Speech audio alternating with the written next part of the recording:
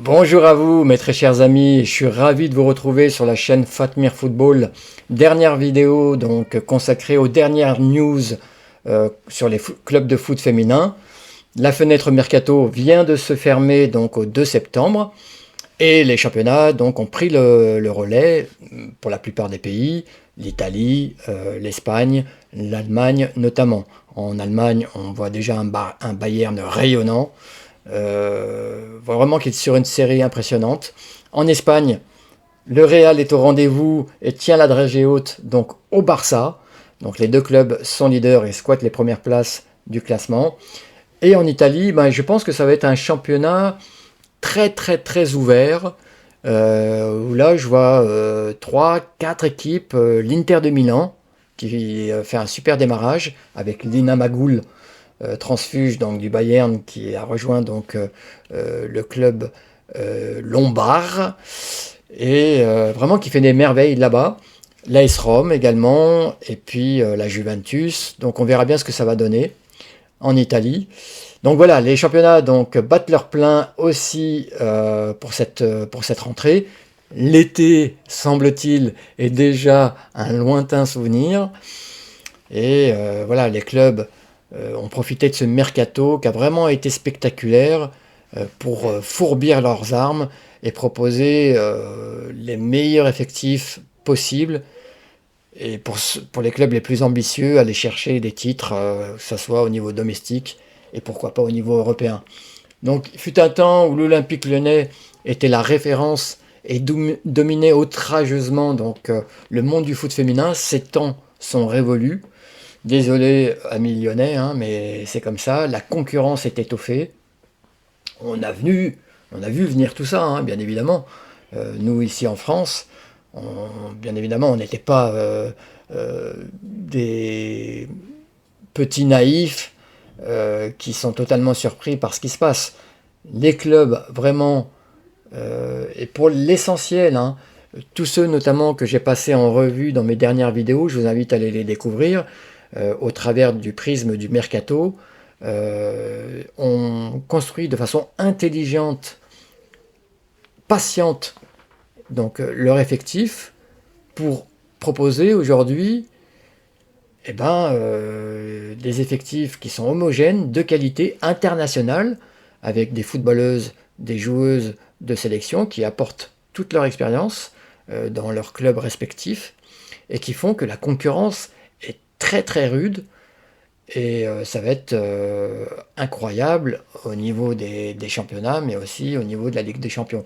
Et ce que je dis là vaut bien évidemment pour les clubs outre-Atlantique où là-bas aussi on se livre une guerre sans merci pour avoir le meilleur effectif et dominer le championnat américain. En ligne de mire, il y a la Coupe du Monde des clubs de foot féminin qui va se tenir, je crois, en 2025 ou 2026. Donc c'est déjà demain. Et les clubs ont cette carotte magnifique en ligne de mire, cette carotte mondiale qui pourrait leur permettre, de façon un peu symbolique, d'asseoir leur supériorité et leur suprématie au niveau du foot féminin. Je l'ai dit, donc la fenêtre de tir du mercato estival donc s'est terminée le 2 septembre. Ça a été un mercato spectaculaire. Je regardais donc les chiffres communiqués par la FIFA et je me suis rendu compte quand même que les clubs étaient de plus en plus dépensiers. Donc ça aussi, ça va, et ça c'est mon optimisme qui parle, ça va dans le bon sens. Ça veut dire que les clubs se structurent, ont de plus en plus d'argent. Les personnes, les sociétés, les entreprises qui ont le capital font confiance à ce sport, mettent de l'argent sur la table, et ce qui fait que, comme je l'ai dit, donc les clubs ont été très dépensiers sur ce mercato, puisque si on en croit les chiffres communiqués donc, par la FIFA, on se rend compte que pour ce mercato 2024, les dépenses ont atteint les 6 millions, plus de 6 millions même, 6 millions de dollars, ce qui fait que le chiffre a doublé en l'espace d'un an, puisque en 2023, les échanges se sont faits à hauteur d'un peu plus de 3 millions de dollars. Donc voilà, le foot féminin prend de plus en plus de consistance. Le foot féminin est de plus en plus visible. Le foot féminin pèse en termes de merchandising, en termes de marketing, de plus en plus, attire de plus en plus de monde, petit à petit, même si parfois, ici et là, bon, c'est pas encore enfin, au niveau des garçons, on a vu des spectacles affligeants lors du tournoi olympique à Paris, où il y avait certains gradins qui étaient vides pour certains matchs féminins. Il n'empêche, les chiffres sont têtus et tout concourt à dire que le foot féminin donc progresse d'année en année. Est-ce que ça veut dire que le spectacle va se dégrader par voie de conséquence? Est-ce que l'enjeu, comme chez les garçons, prend le pas sur le jeu? Ce qui serait vraiment dommage. C'est pour ça que je dis aux filles souvent, vous êtes dans un momentum où le spectacle doit primer. Les entraîneurs que je cite en premier doivent vraiment avoir un discours offensif auprès des filles en leur disant provoquer, tenter, dribbler, déséquilibrer les équipes adverses. Faites ce qu'il faut pour marquer des buts et créer du spectacle. C'est ce qu'on veut voir, nous. Une alternative vraiment au pauvre foot proposé par les garçons.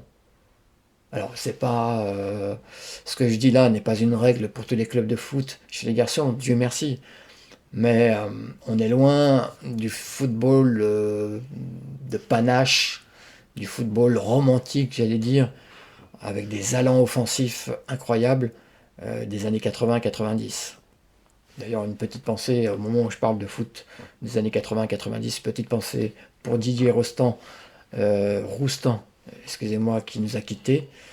Mais c'est vrai que moi, ça m'inquiète parce que je me dis, ce cheminement-là, on l'a eu chez les garçons, pourquoi on ne l'aurait pas chez les filles, hein? Quand je vois en plus, je reviens sur le tournoi olympique, on a eu donc des gradins qui étaient clairsemés, mais on a eu sur le terrain aussi un manque incroyable de jeu. Et ça a été une publicité contre-productive pour le foot féminin. Il faut que les filles se servent de ces scènes mondiales pour proposer une alternative joyeuse à ce qui se passe dans le foot masculin. Ça, c'est important pour leur survie, parce que on préférera toujours l'original à la copie. Ça, il faut qu'elles le gardent en tête. Donc qu'elles aillent sur un autre chemin qui soit différent de celui des garçons pour être un versant différent, mais similaire au versant masculin et être la facette différente d'une même pièce. Je ne sais pas si je me fais bien comprendre. Quoi qu'il en soit, les filles doivent proposer un football alternatif. Voilà. Donc là, on a eu un mercato donc très dépensier. On regarde notamment et c'est très symbolique puisque ça vient de clubs qui sont médians, qui ne sont pas des clubs phares de leur championnat, comme Aston Villa, qui a mis le paquet pour attirer des Bignat, London City lyonnaise, qui fait partie de la galaxie Michel Kang, a attiré donc Sofia Jacobson.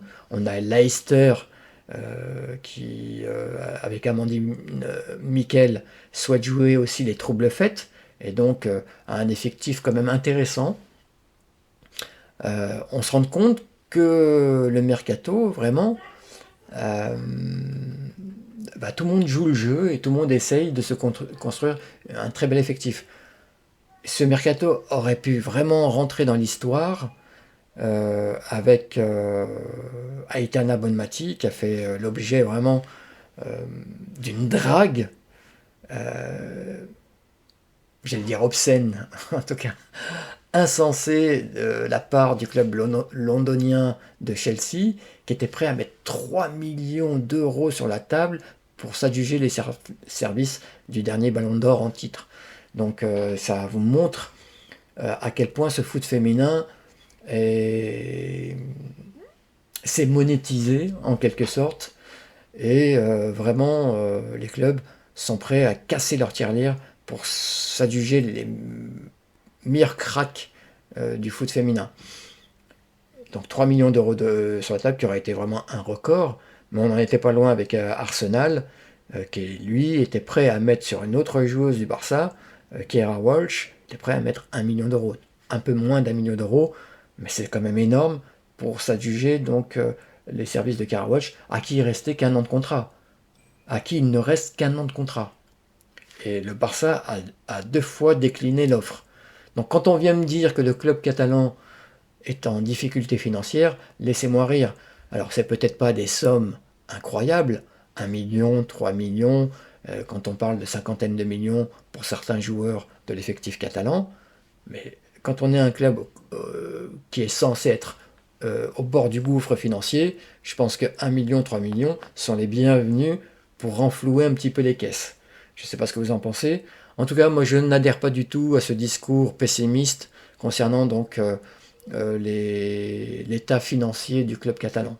Je ne dis pas que c'est un club qui roule sur l'or, hein. Ne faites pas dire ce que j'ai pas dit.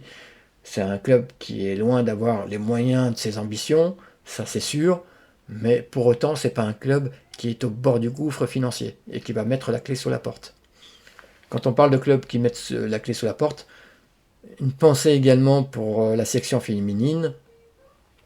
Voilà, on met une croix sur la section féminine, puisque le club a été rétrogradé donc en Ligue amateur, je crois, ou en tout cas ou en national, je ne sais plus, et donc a été décidé donc de fermer de la section féminine le centre de formation des Girondins de Bordeaux. Donc voilà, un grand du foot quand même qui, je pense, va manquer quand même à ce championnat de France de foot féminin, un club qui compte, bien évidemment. Et encore une fois, j'ai une pensée pour les supporters girondins, et j'espère que on reparlera très vite en des termes positifs de ce club des Girondins de Bordeaux. Voilà, donc je reviens sur l'actualité des foot féminins. J'ai parlé donc des quelques mouvements intéressants qu'il y a eu ces derniers jours, ces dernières heures avant la fermeture donc du mercato. On est maintenant lancé sur les championnats. Dans 15 jours, le démarrage de la première ligue Arkema. Et là, la semaine prochaine, ça sera donc le démarrage de la ligue anglaise, qui ont fait fort aussi, puisque une affiche superbe pour démarrer ce championnat avec Arsenal qui reçoit dans son antre de l'Emirates Stadium, donc l'Emirates Stadium qui est le stade pour les garçons, mais qu'on donne volontiers aux filles, ce décor pour recevoir donc Manchester City. Donc comptez sur moi pour regarder ce match et vous faire un débrief. Je vous ferai des débriefs de toute façon des différentes affiches des plus grands championnats européens, pourquoi pas aussi outre-Atlantique. On verra si j'ai le temps. Ça me fera vraiment plaisir en tout cas. Voilà, donc des très belles affiches qui arrivent. Je vous mettrai aussi donc en fin de vidéo les affiches de la première journée de Première Ligue Arkema. Voilà, avec les 3 clubs Paris Saint-Germain, PFC et puis OL qui se déplaceront pour cette première journée. Donc on a hâte que tout ça commence, et puis on a hâte aussi que la Ligue des Champions, donc version féminine, démarre aussi. Ça va être une année incroyable, avec une concurrence de tous les instants. On espère que le spectacle sera au rendez-vous. J'y veillerai, je dirais, si on prend vraiment un mauvais chemin, on va mettre de côté le tournoi olympique, qui a été une parenthèse finalement un peu désenchantée pour moi, en tout cas. Et on repart vraiment de plus belle. J'ai la volonté de vous faire découvrir donc les meilleurs côtés de ce foot féminin. On parlera aussi de la coulisse quand il faudra. Je vais, dans mes prochaines vidéos, d'ailleurs parler de Lyon, du PSG notamment, où j'accorderai une grande part à Michel Kang et sa dynastie. Donc dans une de mes vidéos. Donc je compte sur vous, je compte sur votre soutien. C'est une toute petite action pour vous de votre côté, mais une énorme action pour le foot féminin, soyez-en sûrs. À très bientôt Et d'ici là, va va voum!